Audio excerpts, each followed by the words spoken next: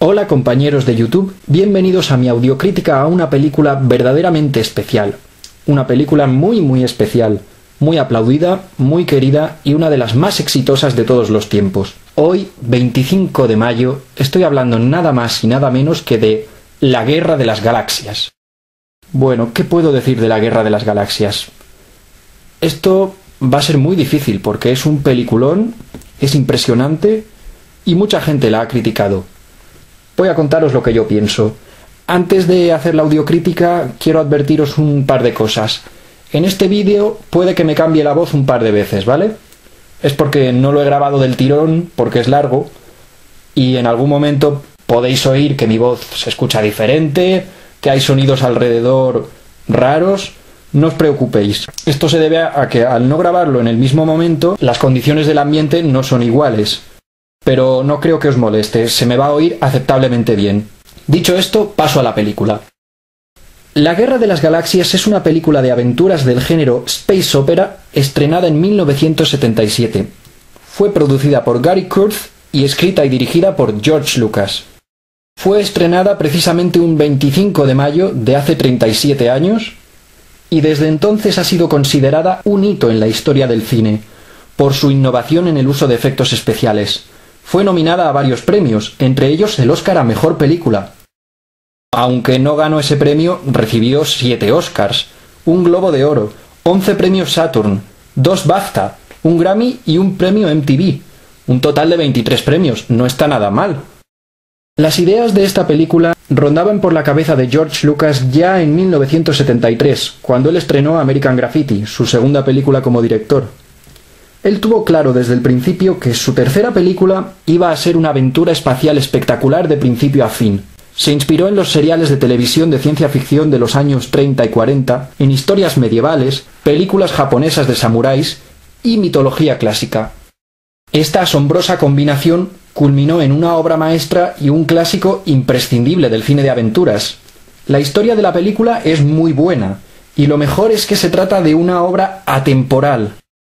La puedes ver ahora, la puedes ver hace 30 años y la podrás ver dentro de 30 años que seguirá siendo muy especial. Además, combina genialmente la acción con la comedia. ¿Pero de qué trata La Guerra de las Galaxias? No creo que eso sea un secreto a estas alturas, pero voy a contarlo igualmente. Esta historia transcurre hace mucho tiempo, en una galaxia muy lejana. En esta galaxia tecnológicamente más avanzada que nuestra sociedad, existe un imperio del mal, que domina la galaxia con puño de hierro. Un grupo de rebeldes, liderados por la princesa Leia, ha robado los planos de una inmensa estación espacial que puede destruir un planeta entero. Leia es apresada por las tropas del imperio, pero antes de eso, ella abandona los planos en una pequeña nave, y estos acaban en manos de un joven llamado Luke Skywalker, quien tendrá que enfrentarse contra el imperio, contando con la ayuda del viejo guerrero Jedi Obi-Wan Kenobi, el mercenario sinvergüenza Han Solo, el peludo Chewbacca y los icónicos androides R2-D2 y C-3PO. De este peculiar grupo de héroes depende la supervivencia de la Alianza Rebelde. Deberán enfrentarse a las peligrosas tropas imperiales del gobernador Tarkin y a Darth Vader, el malvado ayudante del emperador. Todo desembocará en una gran batalla por la libertad de la galaxia. Esta película es magistral en muchos aspectos. Los decorados y los exteriores son impresionantes. El diseño de las naves espaciales, el vestuario, el atrezzo y las armas es genial.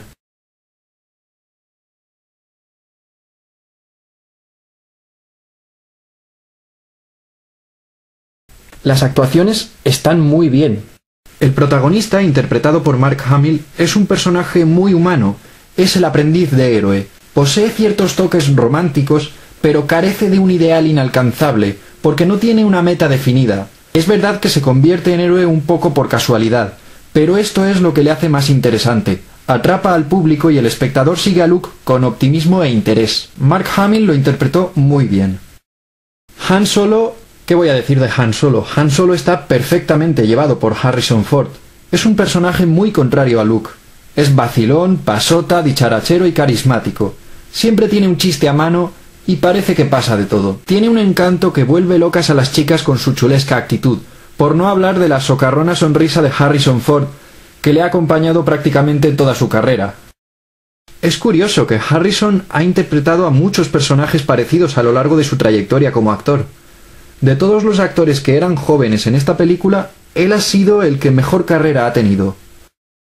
Mark Hamill ha tenido una carrera discreta, y Carrie Fisher, a pesar de ser más conocida, la mayoría de la gente la asocia inmediatamente con la princesa Leia, y ahora es el momento de hablar de ella.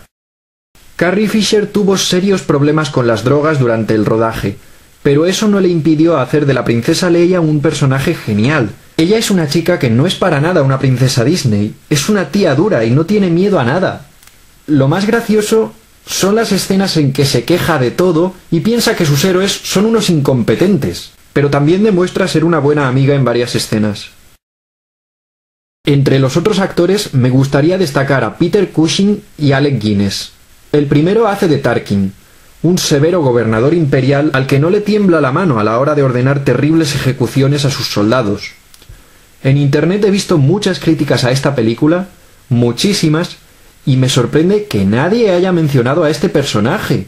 Es que nadie de los que he visto le ha dedicado ni una sola palabra. Bueno, si he sido el primero, me alegraré mucho, y si no lo he sido, pediré perdón a quien haya hablado de él antes que yo. Para mí, Peter Cushing interpretó perfectamente a Tarkin, un malvado que está a la altura del propio Darth Vader en esta película. El segundo actor del que he hablado, Alec Guinness, encarna a un personaje muy famoso, un viejo guerrero que perteneció a la Orden Jedi, un grupo de guardianes de la paz que protegieron la galaxia durante miles de años luchando contra la injusticia. Este Jedi se llama Obi-Wan Kenobi y es uno de los últimos de esta antigua orden, que tiempo atrás fue destruida por el Imperio. Ahora vive únicamente de la esperanza de poder convertir a Luke en un caballero Jedi, ya que sabe desde hace años que él está destinado a cambiar la galaxia. Bajo el traje de Chewbacca se oculta el actor Peter Mayhew, el cual volvió a interpretarlo en 3 películas más. Y hace poco se anunció que este querido personaje va a volver a aparecer en la próxima película. Dentro de los enlatados trajes de los androides R2-D2 y C-3PO están los actores Kenny Baker y Anthony Daniels. Estos androides han sido los únicos personajes que han aparecido en todas las películas de la Guerra de las Galaxias, siendo interpretados por los mismos actores. Estos divertidos androides son algunos de los personajes más conocidos del cine, y van a seguir apareciendo en futuras producciones de esta saga. Por último está Darth Vader, el personaje más destacable, icónico y famoso de la saga. Darth Vader es malvado, manipulador, tenebroso y un poderoso guerrero que fue un Jedi tiempo atrás, pero se dejó llevar por el camino del mal. Darth Vader se convirtió en un mítico personaje, en una referencia cultural. Es uno de los personajes más famosos del mundo, aunque en esta película no tiene muchas escenas de acción ni se profundiza mucho en él, porque está bajo las órdenes del gobernador Tarkin, pero eso no le quita genialidad al personaje. Además, sus mejores momentos ocurren en las siguientes películas. Fue en las posteriores películas donde más se profundizó en su personalidad y donde más se centró la trama en él. Tanto en esta película como en las 2 siguientes fue interpretado físicamente por el actor David Prowse, pero su atronadora voz se la debe a James Earl Jones.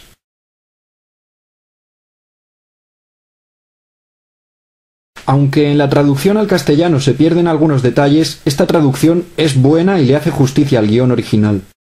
El doblaje es bueno y cuenta con actores de altura, como Salvador Vidal, Camilo García, María Luisa Solá, Ricardo Solans y los fallecidos Miguel Ángel Valdivieso, Luis Posada Mendoza, José Luis San Salvador y, como no, Constantino Romero.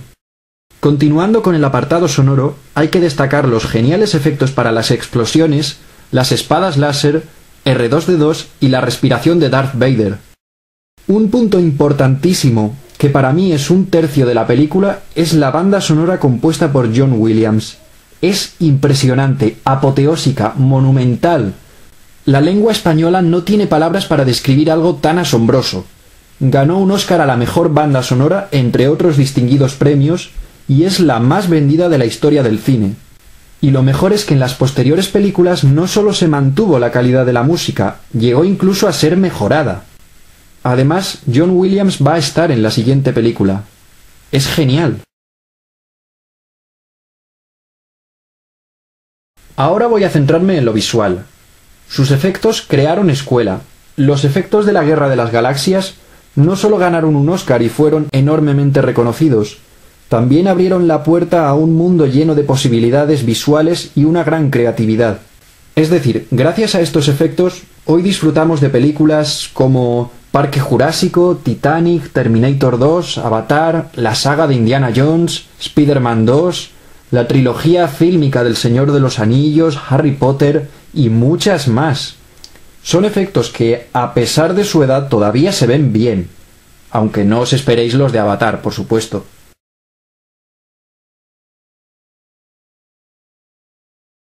El ritmo de la cinta es correcto, ni lento ni apresurado, pero se toma su tiempo en explicar las cosas.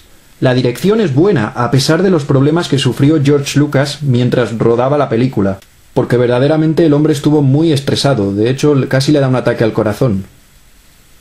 Lo más interesante es que la historia puede ser vista por todo público, sea o no conocedor de Star Wars. Además, es recomendable para toda la familia, a diferencia de las posteriores películas, porque el Imperio contraataca y la venganza de los Sith son oscuras para los niños. El retorno del Jedi y la amenaza fantasma infantilizaron en exceso algunas partes de la historia. El ataque de los clones, en cambio, parece más enfocada a preadolescentes. Pero volviendo a la Guerra de las Galaxias, esta es una película ideal para ver en familia. Este colosal trabajo fílmico se lleva por mi parte la impresionante nota de 9 sobre 10. Sí, no se lleva un 10 sobre 10 porque no es perfecta, tiene algún errorcillo, pero oye, que es un peliculón, que se lleva una gran nota.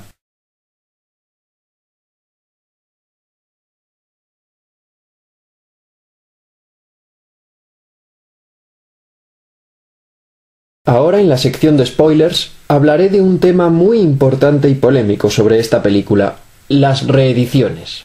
Tanto esta película como sus dos secuelas han pasado por 4 montajes. Antes de meterme en el tema de las reediciones, quiero aclarar que oficialmente ya no existe ninguna película llamada La Guerra de las Galaxias, o Star Wars a secas.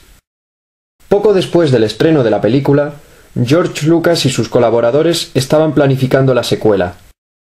En el primer borrador del guión, esta película se titulaba Star Wars 2, pero pronto pensó que tendría que explicar hechos previos a la primera película, en forma de trilogía.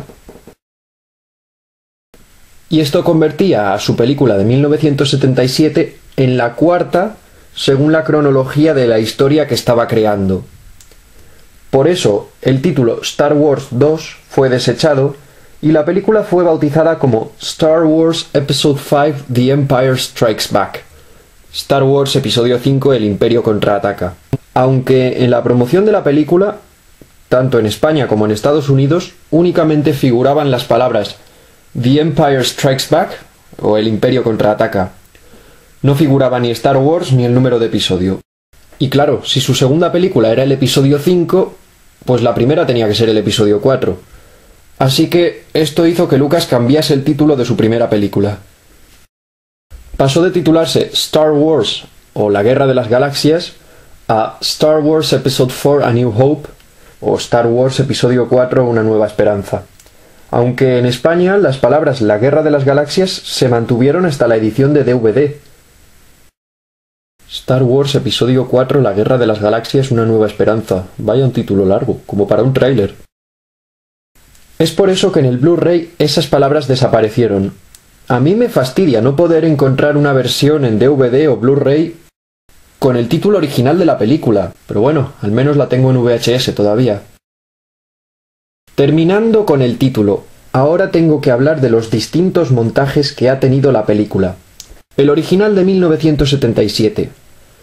Estuvo presente en todas las versiones de VHS previas a 1997. Aquel año se realizó un segundo montaje de la cinta. Este segundo montaje no gustó mucho a los fans.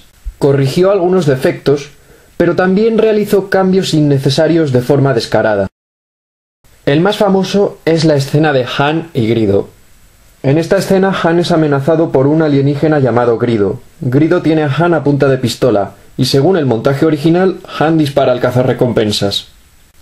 Puede ser que no sea una conducta modelo, Pero hay que tener en cuenta que Greedo iba a hacer lo mismo, así que era o Han o Greedo. Aunque el concepto de la escena no es erróneo, la forma en la que Greedo muere quedaba visualmente muy agresiva. En el montaje de 1997 esa escena fue alterada.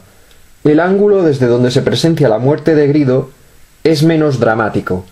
Y el gran problema es que Greedo dispara a Han, pero falla teniéndolo enfrente, a medio metro, y al contrabandista le da tiempo de defenderse disparando a Greedo. Este cambio ofendió mucho a los fans y es uno de los más criticados hasta ahora.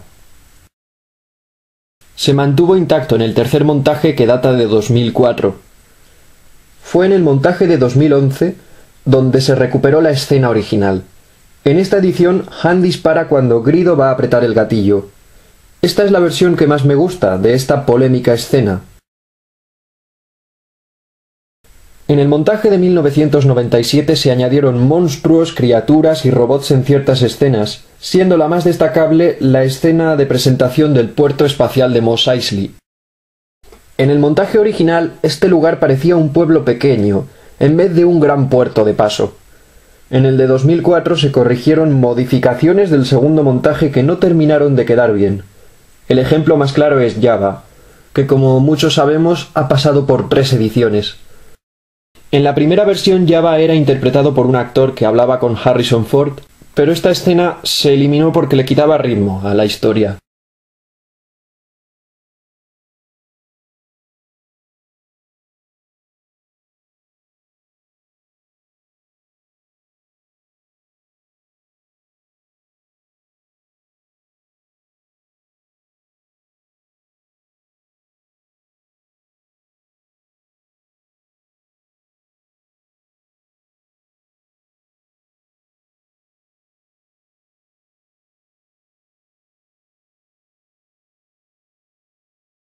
En el cuarto montaje las mejores modificaciones fueron correcciones de color, especialmente en los rayos y sables láser.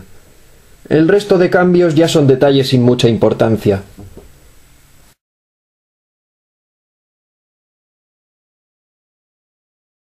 Para aquellos a los que os gusta el montaje original, que sepáis que aún lo podéis encontrar en la edición de DVD de 2006. Nada más tengo que decir. Cuando pueda criticaré las otras películas de la saga, pero en concreto este vídeo me ha llevado tiempo hacerlo, así que los otros no van a llegar inmediatamente. Habrá antes otras audiocríticas. La Guerra de las Galaxias para mí es una película genial, muy recomendable, y diría que es en el cine el equivalente a Don Quijote de la Mancha en la literatura. Y esto no solo lo pienso yo, Constantino Romero dijo algo parecido en una entrevista. El éxito de la película fue tan indiscutible como el de la rebelión. Vencieron al mal destruyendo la Estrella de la Muerte. Solo Darth Vader escapó. Pero a pesar de haber derrotado provisionalmente al enemigo, los héroes se preparan para ver cómo dentro de 3 años el Imperio contraataca. Hola compañeros de YouTube. Hoy os traigo la audiocrítica a la película El Imperio contraataca. El Imperio contraataca es una película de aventuras del género Space Opera estrenada en 1980. Es la continuación directa de la película La Guerra de las Galaxias, estrenada en 1977. Dentro de esta saga, El Imperio contraataca es el episodio 5 según la cronología de la historia, pero como podemos recordar es la segunda película que se estrenó. Esta película fue para George Lucas una de las apuestas más arriesgadas de su carrera por varias razones. La primera razón era que la película original era la más taquillera de la historia y había sido un éxito en más de un sentido, por lo tanto las expectativas iban a ser altas. La segunda razón era que si él decidía que esta película iba a ser la quinta, se estaba comprometiendo a hacer como mínimo 3 películas más, es decir, los episodios 1, 2 y 3. Y como el Imperio contraataca no iba a ser la que cerrase la historia, también se estaba comprometiendo a hacer el episodio 6. La tercera razón es que esta película iba a suponer un coste económico superior al de la primera, por no hablar de lo difícil que le resultó a George Lucas mantener los derechos de su obra. La razón más llamativa es que él no iba a dirigir la segunda película de la saga. Lo había pasado mal dirigiendo La Guerra de las Galaxias, por las dificultades del rodaje y los problemas de producción que hubo, así que tenía claro que no quería estar a cargo de la dirección del Imperio contraataca. Él iba a estar centrado en la producción y en la historia, que no en el guión. De este se encargaron Leigh Brackett y Lawrence Kasdan, que es, después de George Lucas, el guionista más recurrente de la saga. Para dirigir la película, George Lucas quería a Irving Kershner, quien en un principio se negó, porque consideraba una mala idea hacer una secuela de la Guerra de las Galaxias. Afortunadamente, Lucas reiteró su petición, y Kershner aceptó dirigirla, y esta es la película que más fama le ha dado en toda su carrera. Así se planteaba El Imperio contraataca, como una película más ambiciosa que su predecesora, que tendría un inicio espectacular y que prometía llevar la acción mucho más allá de lo visto anteriormente. Pero no solo la acción iba a ser superior, también se profundizaría en las emociones de los personajes, además de dar a conocer otros nuevos. Los efectos visuales mejoran mucho frente a su predecesora. Si la Guerra de las Galaxias tuvo un presupuesto de 11 millones de dólares, El Imperio contraataca contó con 7 millones más. Fue nuevamente producida por Gary Kurth y la banda sonora volvió a ser compuesta por John Williams. El guión lo empezó George Lucas junto a la escritora Leigh Brackett. Lamentablemente ella falleció en 1978, así que para terminar el guión Lucas tuvo que recurrir a Lawrence Kasdan. Concluyendo ya con el guión, voy a resumir la sinopsis del Imperio contraataca. Esta historia continúa hace mucho tiempo, en una galaxia muy, muy lejana. Justo 3 años después de los acontecimientos ocurridos en la Guerra de las Galaxias. Tras la primera gran derrota del Imperio, la Alianza Rebelde ha encontrado un refugio en el sexto planeta del sistema Hoth, donde han establecido una base oculta. Las tropas imperiales la buscan incansablemente por toda la galaxia. Sin embargo, Darth Vader está especialmente interesado en dar con un rebelde, aquel que trajo una nueva esperanza para la Alianza al destruir el arma más peligrosa del Imperio. Vader sabe que ese guerrero es Luke Skywalker, y no va a parar hasta encontrarle. Por ello, cuando el Imperio da con la base rebelde, él ordena encontrar y capturar a los amigos de Luke. Porque sabe que si ellos corren peligro, el joven Skywalker acudirá inmediatamente en su ayuda. Ellos logran escapar en el halcón milenario, pero las naves del Imperio les pisan los talones. Por otro lado, Luke va en busca del maestro Yoda, siguiendo el consejo del espíritu de su maestro Obi-Wan Kenobi. Para encontrar a Yoda, viajará al planeta Dagobah, donde conocerá los secretos de la fuerza y algunos que desconocía de él mismo. También descubrirá que haciendo un buen uso de la fuerza, podrá evitar el camino del mal, aquel que convirtió a Darth Vader en una de las sombras más temidas de la galaxia. Estas 3 subtramas conectarán al final de la película, cuando Luke debe afrontar su destino, mientras sus amigos huyen del Imperio. En esta película la historia se torna oscura e incluso trágica. El agradable tono de comedia que tenía por momentos la Guerra de las Galaxias prácticamente ha desaparecido en El Imperio contraataca. Al igual que su predecesora, es una obra maestra en muchos aspectos. Los decorados y los exteriores siguen siendo impresionantes. El diseño de las naves y armas, el atrezzo, el vestuario, el diseño de producción, todo sigue siendo igual de genial. Pido perdón por haber contado el final de la película anterior, pero creedme, es muy difícil hablar de esta sin revelar nada de aquella.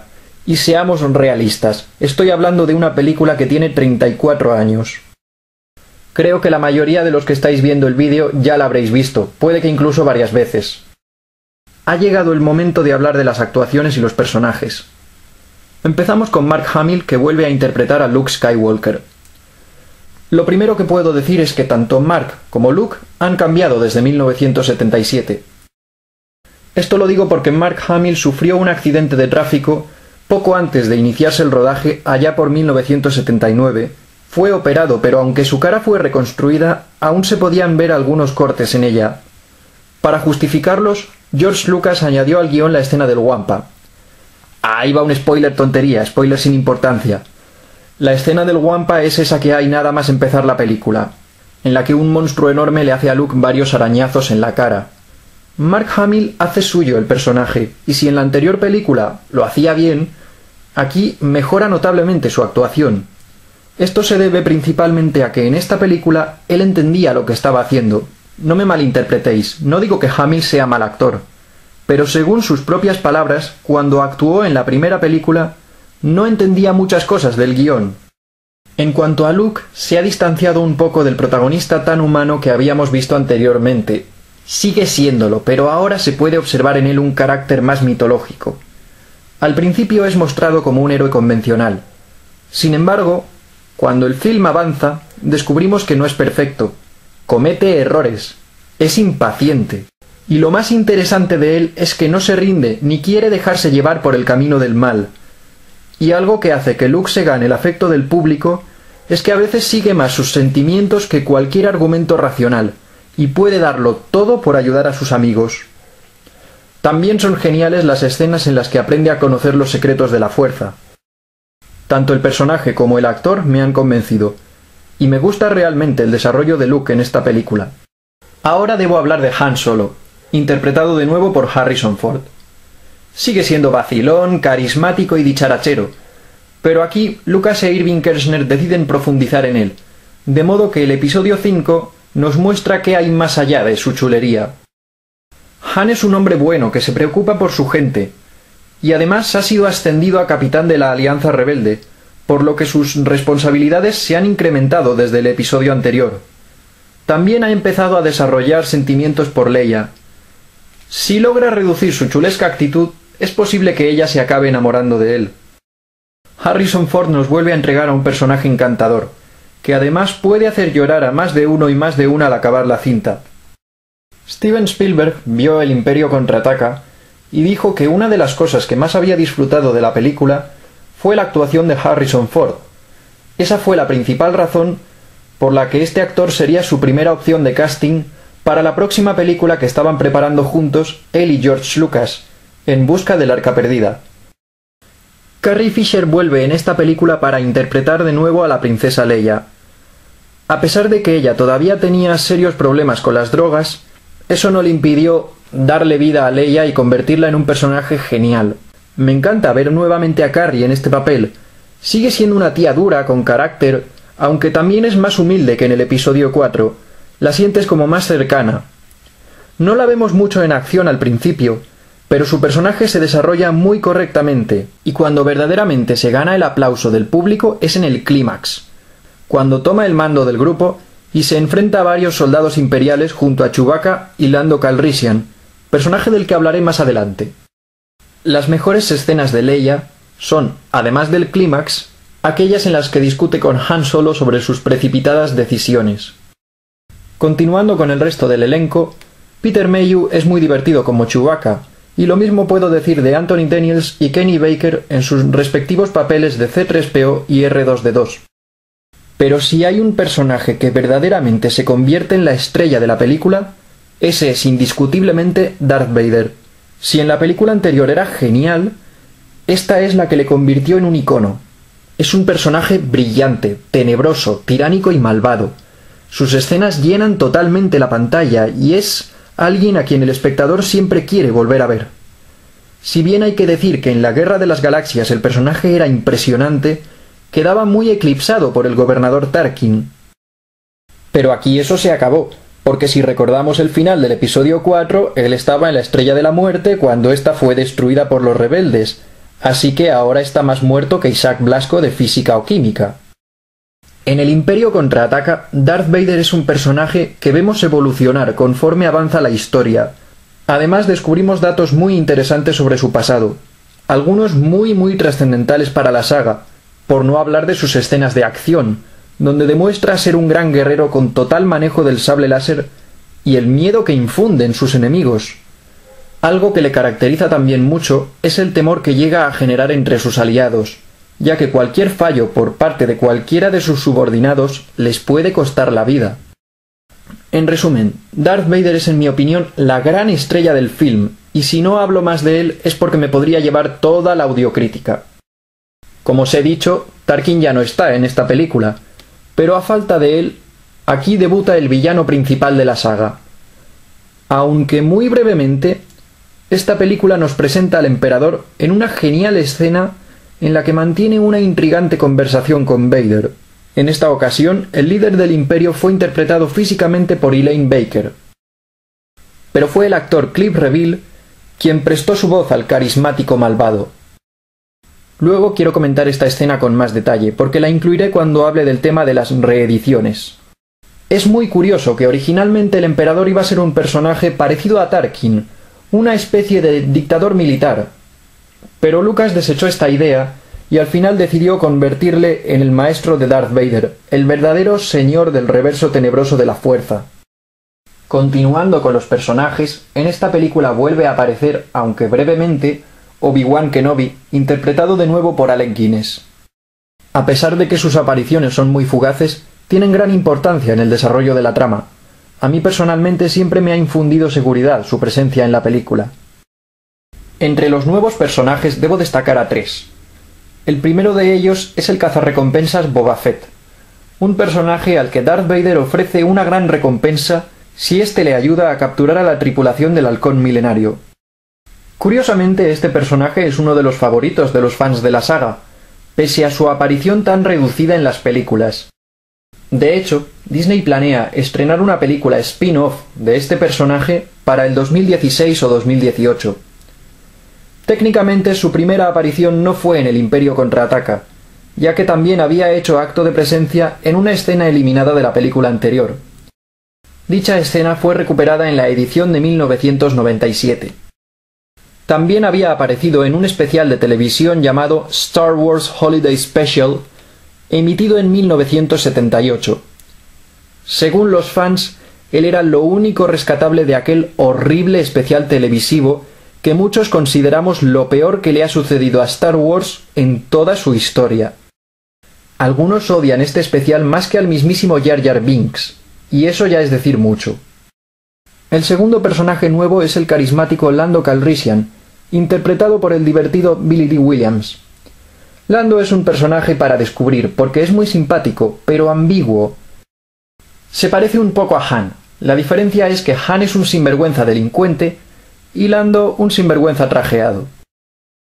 El tercer personaje es el Maestro Yoda, que es para mí, junto a Darth Vader, el personaje más interesante de la cinta. No es de extrañar, ya que desde 1980 es uno de los personajes más icónicos e imprescindibles de la saga, y se ha desarrollado muy correctamente, tanto en las películas como en las series de televisión. En El Imperio Contraataca, Yoda demuestra que hasta la criatura más pequeña puede albergar un poder inimaginable. En algunas escenas es divertido, y en otras es místico, serio y paciente. Como confesión personal, os diré que mi escena favorita de esta película la protagonizan él y Luke.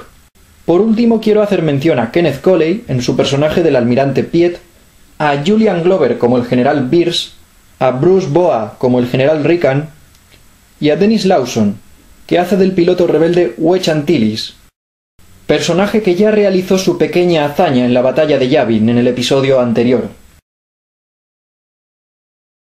La traducción al castellano no es tan buena como la del episodio 4.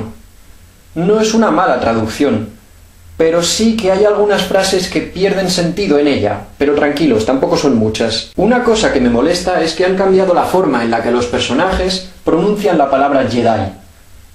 En Una Nueva Esperanza, los personajes dicen Jedi, y aquí a veces lo dicen bien, pero otras veces dicen Jedi. ¿Por qué cambiaron la forma de pronunciar la palabra? Nunca lo entenderé. Es que sin irnos más lejos, la próxima película se llama El Retorno del Jedi. Nadie dice El Retorno del Jedi. ¿Por qué? No lo sé, esto es un misterio. Esto es como el por qué le cambiaron el nombre al sexto libro de Harry Potter, que pasó de llamarse El Príncipe Mestizo a El Misterio del Príncipe. No me meteré demasiado en las actuaciones de doblaje, son buenísimas. El doblaje es muy bueno. Destaco a Constantino Romero, que en paz descanse, que al prestar su voz a Darth Vader tuvo el honor de doblar una de las frases más enigmáticas en una de las escenas más impactantes e icónicas del cine. El sonido ha mejorado con respecto a la primera película, así como los efectos sonoros. ¿Y la banda sonora? Yo creía que sería casi imposible superar la banda sonora anterior, pero ¿qué puede ser mejor que la banda sonora de la Guerra de las Galaxias? La banda sonora del Imperio Contraataca. No tengo palabras para describirla. Esta banda sonora, además de contar con los temas ya conocidos, nos brinda otros nuevos, que pueden llegar a ser incluso superiores, a destacar la famosa marcha imperial que se ha convertido en el tema que identifica a Darth Vader en el resto de la saga. Temazo La Marcha Imperial, uno de los más reconocidos de la franquicia. Me sorprende que no ganara el Oscar a Mejor Banda Sonora de 1980. Pero bueno, al menos recibió una nominación. Entrando en tema de efectos especiales, Lucas y compañía se superaron, porque los del Imperio Contraataca están a años luz de los de su predecesora. Han mejorado a sobremanera. Las naves espaciales, los vehículos AT-AT, las escenas que muestran el poder de la fuerza y los duelos de sables láser están increíblemente bien hechas. Donde realmente se nota que se esforzaron es en las escenas de lucha a espada. En esta película se realizaron complejas coreografías que hacen de los duelos escenas fascinantes, mucho más dinámicas y fluidas. En resumen, los efectos de esta cinta le hacen la competencia a los de muchas películas actuales. El ritmo de la película es trepidante, y la dirección de Irving Kershner es muy buena. Lástima que no volviera a dirigir ninguna película más de la saga, porque realmente me ha gustado la forma de dirigir de Irving. Muy interesante. Para los que no estén muy metidos en el universo de Star Wars, les recomiendo que vean las películas siguiendo el orden en que fueron estrenadas y no la cronología interna. Esto les permitirá disfrutar del Imperio Contraataca mucho más. Para concluir la audiocrítica, diré que le otorgo a esta gran película una nota de 10 sobre 10. Para mí se lo ha ganado. La anterior estaba ahí, que casi no llegaba, pero esta se ha ganado el 10 sobre 10. Algún fallo hay, alguna cosa, pero en general nada importante. En la sección de spoilers quiero comentar nuevamente el tema de las reediciones. Esta ha sido la película que más ha respetado George Lucas de la trilogía original. También me fastidia no poder encontrar una versión en DVD o Blu-ray con el montaje original. Perdón, sí hay una versión, la edición de DVD de 2006. La película ha pasado por 4 montajes: el original de 1980, el de 1997, el de 2004 y el de 2011. En el del 97 la película cuenta con 3 minutos más de metraje. Una escena añadida que me ha gustado mucho es aquella en la que vemos a Vader regresar al destructor desde Bespin. No es que sea una escena crucial, pero ayuda, porque en el montaje de 1980 quedaba todo como muy brusco. Era verle en Bespin y al momento verle en su destructor. Por eso creo que esta escena está bien que la hayan añadido. Ahora retomo la escena que antes dije que quería comentar, la del emperador. El holograma del Lord Sith fue modificado en el montaje de 2004. El emperador es interpretado en esta versión por Ian McDiarmid, el actor que le ha dado vida en el episodio 6 y las precuelas. Mucha gente odia el cambio de esta escena. A mí nunca me ha molestado, aunque, puestos a elegir, prefiero la reedición no oficial hecha por Obi-Wan. Otra escena que ha sufrido modificaciones es la del Wampa, que fue muy sutilmente corregida en la edición de 2011.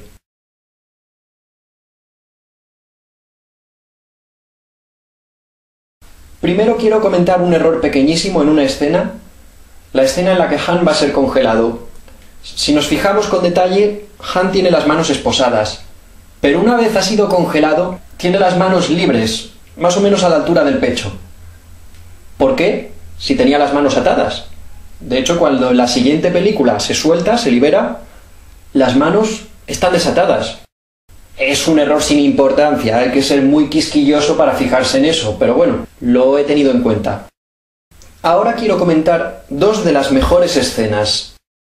Mi escena favorita de la película es aquella en la que Yoda le demuestra a Luke que cualquier cosa que se proponga será imposible si no tiene fe en ella. La otra gran escena que me gustaría comentar es aquella que sorprendió tanto al público en 1980. Aviso para los pocos que no hayan visto la película y estén interesados, porque la escena es conocidísima, pero este es el mega spoilerazo de la película y de la saga. ¿Estáis avisados? Naturalmente me refiero a la escena que dio un giro completo a la historia, aquella en la que Darth Vader le revela a Luke la terrible verdad. Esta terrible verdad. Yo soy tu padre. Esa escena fue uno de los secretos mejor guardados del rodaje. Los únicos que lo conocían eran George Lucas, Irving Kershner y James Earl Jones. De hecho, en el guión original se colocó una página falsa, para que nadie conociera el secreto antes de tiempo. El final de la película es tan impactante e intrigante que genera fascinación en el espectador y le produce unas ganas terribles de ver la siguiente entrega. El Imperio contraataca recaudó más de 538 millones de dólares a nivel mundial, y aún en 1990 se posicionaba como una de las 10 películas más taquilleras de todos los tiempos. Ganó 2 Oscars, uno por los mejores efectos especiales y otro por mejor sonido. Antes de retomar la saga, Lucas se embarcó con Steven Spielberg en un proyecto que había planeado 7 años antes, una película de aventuras llamada En busca del arca perdida. Para concluir, diré que si la Guerra de las Galaxias me parece genial, espectacular, de lo mejor que se ha hecho en el cine, El Imperio contraataca hace algo más que hacer justicia a su predecesora. Llega a ponerse a su altura, demostrando que las secuelas pueden dar a veces resultados fenomenales. La película finaliza cuando nuestros héroes están a salvo, pero han permanecido al margen de la Alianza Rebelde en esta aventura. Pero una vez rescaten a Han, volverán a enfrentarse todos juntos al Imperio. Por su parte, Darth Vader y el Emperador aún quieren convertir a Luke en un aliado y esperan con ansias el retorno del Jedi.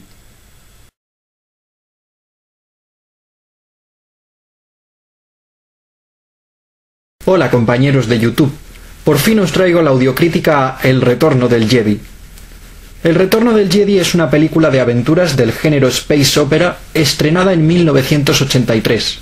Es la continuación de las películas La Guerra de las Galaxias, de 1977, y El Imperio contraataca, de 1980, y es el episodio final de la primera trilogía de Star Wars. Es interesante señalar que en un principio George Lucas quería llamar a esta película El retorno del Jedi, pero los productores le decían que era un título un poco flojo, así que sugirió La venganza del Jedi. Sin embargo, a pocos días del estreno llegó a la conclusión de que la venganza va contra los principios de los Jedi, así que volvió a llamar a la película El retorno del Jedi. Esta última entrega de la trilogía original no fue producida por Gary Kurth, ya que tuvo diferencias creativas con Lucas, así que en esta ocasión el puesto de productor lo ocupó Howard Kazarian. En cuanto al director, Irving Kershner estaba ocupado dirigiendo la película de James Bond Nunca digas nunca jamás, así que Lucas tuvo que contratar a otro director. Y el elegido fue Richard Marquand, el único director no estadounidense que ha participado en una película de Star Wars. La banda sonora volvió a ser compuesta por John Williams y el guión lo volvió a escribir Lawrence Kasdan. Con estos antecedentes cabe esperar que El retorno del Jedi va a ser el gran colofón de oro de esta trilogía. ¿Y realmente lo fue? Vamos a comprobarlo. Esta trilogía finaliza hace mucho tiempo, en una galaxia muy, muy lejana. La historia sucede tras los intrigantes acontecimientos finales del episodio anterior. Si recordamos el final de aquel, Han Solo fue capturado por el cazarrecompensas Boba Fett y entregado al mafioso Jabba el Hutt, quien lleva tiempo pidiendo su cabeza. Luke Skywalker y sus amigos han elaborado un complicado plan de rescate basado en infiltrarse en el palacio de Jabba, la gran fortaleza en la que Han se halla prisionero. Mientras tanto, la Alianza Rebelde se prepara para la batalla final contra el Imperio, al tiempo que Darth Vader y el Emperador planean atraer a Luke hacia el lado oscuro de la Fuerza. En esta película la historia ha rebajado notablemente las dosis de oscuridad y tragedia, pero mantiene la esencia de la trilogía. Pero a pesar de respetar dicha esencia, para mí El retorno del Jedi falla en algunos puntos que quiero explicar detenidamente después. De momento voy con lo bueno. La película termina de explicar quién es en realidad Darth Vader, nos narra su trágico pasado y respeta completamente lo visto en la Guerra de las Galaxias y el Imperio contraataca. La conclusión de la trilogía es más que satisfactoria, especialmente si tenemos en cuenta que los fans de la saga llevaban 3 años intrigados esperando el final. Actualmente hay quien afirma que la espera entre la segunda y la tercera película del Hobbit se está haciendo desesperante. La diferencia es que cuando todos vimos El Hobbit, la desolación de Smaug, ya sabíamos que iba a haber una tercera parte que de hecho ya había sido filmada. Además, El Hobbit está contada a modo de flashback, por lo que ya sabemos mucho. Pero en 1980 nadie sabía cuándo se estrenaría la tercera película de la Guerra de las Galaxias, película que ni siquiera había empezado a rodarse. Así que esta era una cinta esperadísima, la más esperada de las tres, porque la primera pilló por sorpresa al público, y lo mismo se puede decir de la segunda. Pero cuando se estrenó El Retorno del Jedi, la saga ya gozaba de gran popularidad.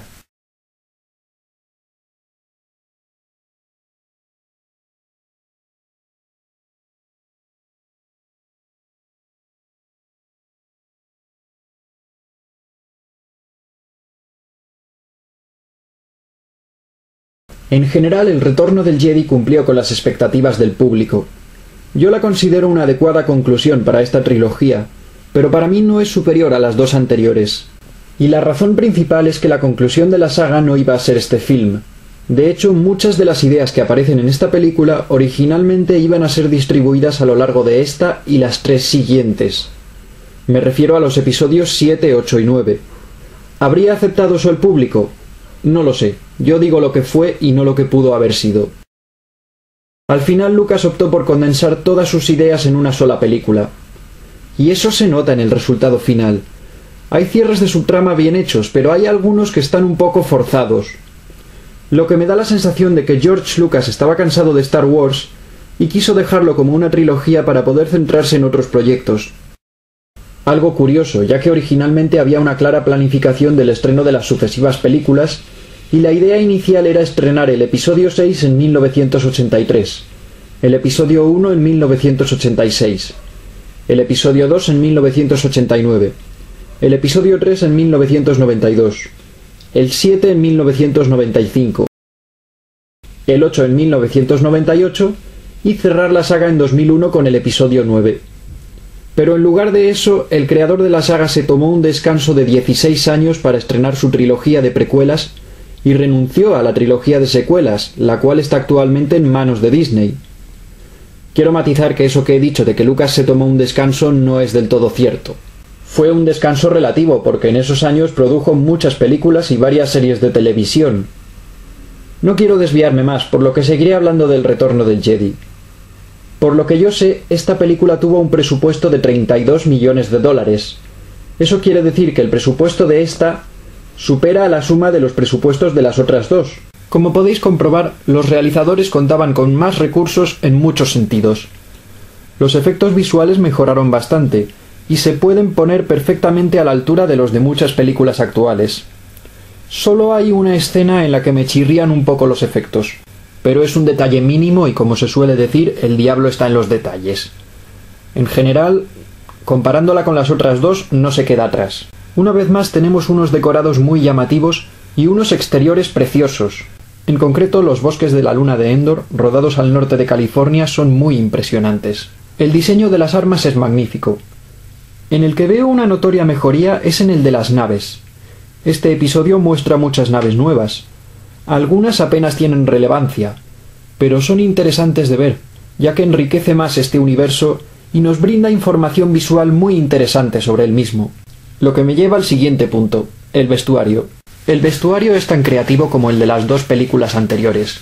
Las armaduras de los Stormtroopers, el genial traje de Vader cuyo casco está inspirado en el de los samuráis japoneses, los uniformes de los oficiales imperiales basados en los de oficiales alemanes de la Primera Guerra Mundial, otros hechos a la imagen de los generales soviéticos. Muy bien, el vestuario sigue siendo genial, y en esta película se pueden ver algunos trajes nuevos bastante chulos. Por ejemplo, los de los Scout Trooper. Y mis favoritos, los de la Guardia Real del Emperador. Me encantan esos colores rojos tan llamativos. Una pena que estos personajes no han hecho gran cosa en las 6 películas que llevamos de saga. Con deciros que tuve que esperar al videojuego de Lego para verlos en acción. Y ojo, que ahí eran bastante difíciles de vencer. Terminando con el tema del vestuario, diré algo que muchos sabréis. El traje que más sorprendió a los fans masculinos es el bikini que lleva la princesa Leia al principio de la cinta. No negaré que Carrie Fisher estaba guapa con él, pero me parece un detalle innecesario. No pega para nada con el personaje. Lo encantador de este personaje en las otras dos películas es que era una chica valiente e intrépida, pero ante todo era auténtica, y no era necesario que se quedara en bikini para que la viéramos guapa. Y yo personalmente creo que la princesa Leia de los episodios 4 y 5 jamás se hubiera dejado vestir así. A mí personalmente no me hacía falta que me la mostraran en bikini, porque es un personaje que ya me había conquistado con su forma de ser y la pasión y energía que demuestra cada vez que hace frente a las tropas imperiales. Así que yo me pregunto, ¿a santo de qué viene vestir a Leia de esa manera? ¿Qué pretendían? ¿Demostrarnos lo buena que estaba Carrie Fisher en 1983? Ya sé que esto es crítica gratuita, pero me parece que olvidaron por completo todo lo que hacía de Leia uno de los personajes más queridos de la saga. Ahora voy a hablar de las actuaciones y los personajes. Una vez más voy a empezar con Mark Hamill, que interpreta por tercera vez a Luke Skywalker. En mi opinión, Hamill nos ofrece una de las mejores actuaciones de la película, y su personaje es uno de los más trabajados de la trilogía. En esta ocasión, Luke ha madurado, y ya está preparado para convertirse en el último caballero Jedi de la galaxia. Lo interesante es que aunque haya alcanzado su meta, George Lucas no plantea esto como el final del viaje del héroe, sino como un comienzo, como un paso más hacia un mundo sin límites. La película nos trae de vuelta a Han Solo, interpretado por Harrison Ford, como no podía ser de otra forma. El personaje aún mola y la actuación es correcta, pero teniendo en cuenta que acababa de demostrar su talento en las películas En busca del arca perdida y Blade Runner, se me queda en poco, y más si comparo a este Han Solo con el de los episodios 4 y 5. Reitero que el personaje aún mola, pero en esta película ha perdido su toque sinvergüenza. Ya se ha convertido en el chico bueno de la peli, aunque tiene muy buenas escenas en la batalla final, en las que demuestra liderazgo y responsabilidad. También descubrimos que Han es un gran estratega en el campo de batalla. Terminando con Han Solo, vamos con la princesa Leia. Como ya he dicho, para mí ella ha perdido su brillo. Veo que Carrie Fisher la interpreta bien. El problema está en que el guión la ha estereotipado, y ya no parece el mismo personaje. Ya no es esa doncella en apuros que no tiene miedo a nada y se ríe de sus salvadores. Ahora parece más bien un personaje que solo está ahí para cerrar algunas subtramas. De Chewbacca, C-3PO y R2-D2 no voy a hablar demasiado. Siguen siendo carismáticos y muy divertidos. Y los actores que los interpretan realizan una labor excelente. Quiero resaltar que Kenny Baker, el actor que da vida a R2-D2, también interpretó en esta película a un personaje Ewok llamado Paplu. Ahora vamos con Billy Dee Williams, actor que se mete por segunda vez en la piel de Lando Calrissian.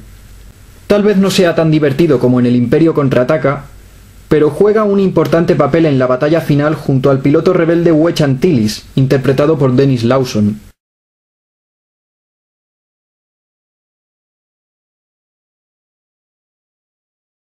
Alec Guinness y Frank Oz vuelven brevemente en sus respectivos personajes de Obi-Wan Kenobi y el maestro Yoda, y es Yoda quien nos regala una de las escenas más emotivas de la saga. Personalmente a mí me emociona mucho cada vez que la veo. En esta aventura se suma a los héroes un personaje llamado Wicket, que fue creado para atraer al cine a un público infantil. El personaje en sí no me molesta, en un momento dado hasta puede ser gracioso. Lo que es irritante es ver toda una tribu de seres como él. Sí, de los Ewoks quiero hablar luego largo y tendido, porque hay dos cosas que me irritan de ellos.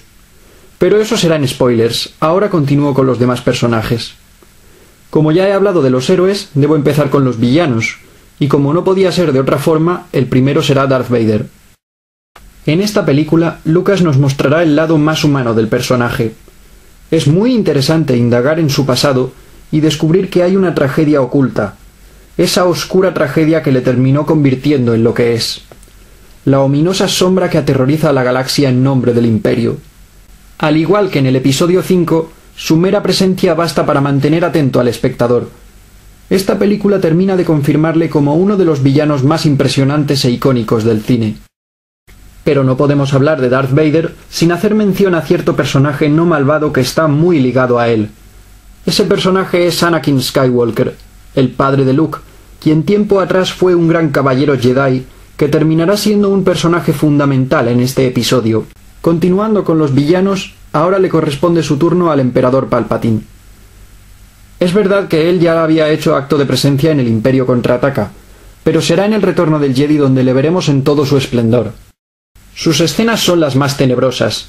Él está preparándose para atraer a Luke hacia el lado oscuro de la fuerza. Además, prepara una trampa para derrotar definitivamente a la Alianza Rebelde. El emperador Palpatine está magníficamente interpretado por el actor británico Ian McDiarmid, quien volvería a interpretarlo en las 3 siguientes películas, es decir, las precuelas. El último villano a destacar es el gángster más influyente del borde exterior, Jabba el Hutt, quien será uno de los personajes centrales del primer acto. Para acabar con los personajes quiero hacer mención a Kenneth Coley, que vuelve a interpretar al almirante Piet. Y no quiero pasar por alto a algunos personajes secundarios como el almirante Akbar, el general Madin y la líder de la rebelión Mon Mothma, de la cual hice un vídeo hace algún tiempo explicando por qué me parece que su personaje está muy infravalorado y muy desaprovechado en esta saga. Las actuaciones de doblaje siguen estando perfectas. El sonido y los efectos sonoros se mantienen impecables.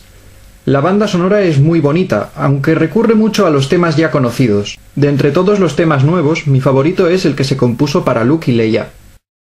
No creo que haga falta volver a mencionar lo buenos que son los efectos visuales, pero sí matizar que el duelo de sables láser de esta película es el más intenso y dramático de la trilogía. En cuanto a los efectos, fueron ganadores del Oscar a los mejores efectos especiales de 1983. La dirección de Richard Marquand es buena, aunque como opinión personal prefiero a Irving Kershner como director, principalmente porque a él se le daba mejor trabajar con los actores. En conclusión, El Retorno del Jedi es una gran película que, aunque tiene algunos bajones de calidad, se mantiene a nivel de sus predecesoras. Por mi parte se lleva una nota de 8 sobre 10. Ahora en spoilers quiero concretar varias cosas. En primer lugar, informo a los que tengan curiosidad por ver el montaje original de que aún lo pueden encontrar en la edición de DVD de 2006. Al igual que los episodios 4 y 5, El Retorno del Jedi ha pasado por 4 montajes: el original de 1983, el de 1997, el de la edición de DVD de 2004 y el de la edición de Blu-ray de 2011. Personalmente creo que el mejor es el de 1997.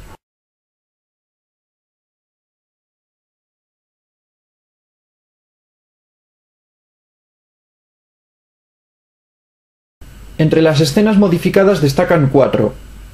La primera es una escena musical que toma lugar en el palacio de Jabba. En el montaje original se notaba mucho que esos músicos no humanos eran marionetas. Esto puede ser frustrante teniendo en cuenta que Yoda también es una marioneta. La diferencia es que Yoda se ve increíblemente real y estos monstruos no. Por ello, en la segunda edición fueron cambiados por monstruos digitales. Hay quien se queja de esta escena, a mí personalmente no me molesta. La segunda escena editada es la del Sarlacc, ese monstruo que vive en el desierto y según el montaje original es una criatura que vive oculta en la fosa de Carkoon, así que lo que se ve en el montaje original es el foso, no el monstruo.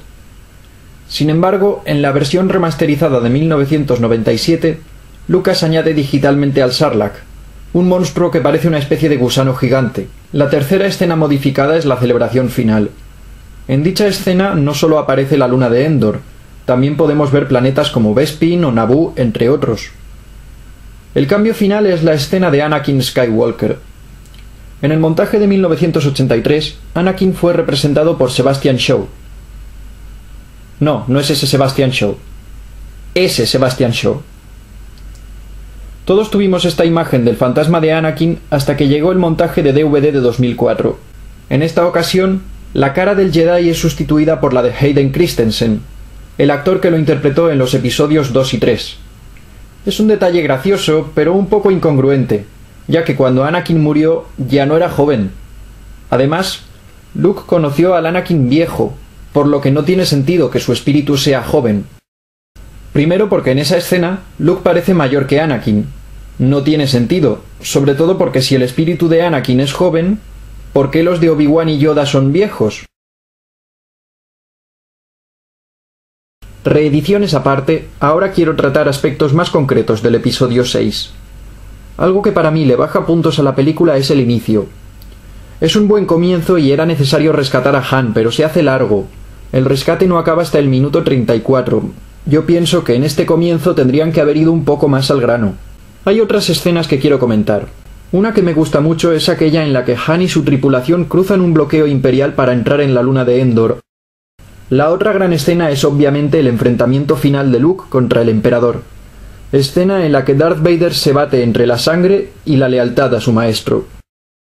Voy a hablaros de otras escenas que me encantan. Una de ellas es el funeral de Darth Vader, en el que vemos cómo Luke honra a su padre dejando su cuerpo arder en una pira. Es una escena triste pero llena de belleza visual, sobre todo porque podemos observar que aunque Darth Vader fue muy poderoso y temido en vida, solo una persona lloró por él tras su muerte. También me pone la carne de gallina la escena de la redención de Anakin, y una de las más tristes, la muerte de Yoda. En serio, esta escena me emociona cada vez que la veo, y más cuando vemos lo solo que se siente Luke tras la partida de su maestro. Ahora quiero hablar de dos escenas raras. Una de ellas es aquella en la que C-3PO y R2-D2 observan a dos androides ser torturados en el palacio de Jabba. Lo malo es que esos androides se quejan como si sintieran dolor. ¿Desde cuándo los androides sienten dolor? La otra escena rara es una en la que Han le dice a un soldado rebelde: «Quedaremos en el generador a las 0300». Y yo me pregunto, ¿qué hora es esa? No lo sé, ¿algún experto de Star Wars me puede explicar qué horas siguen en esta galaxia? Y ahora va lo que quería decir antes sobre los Ewoks.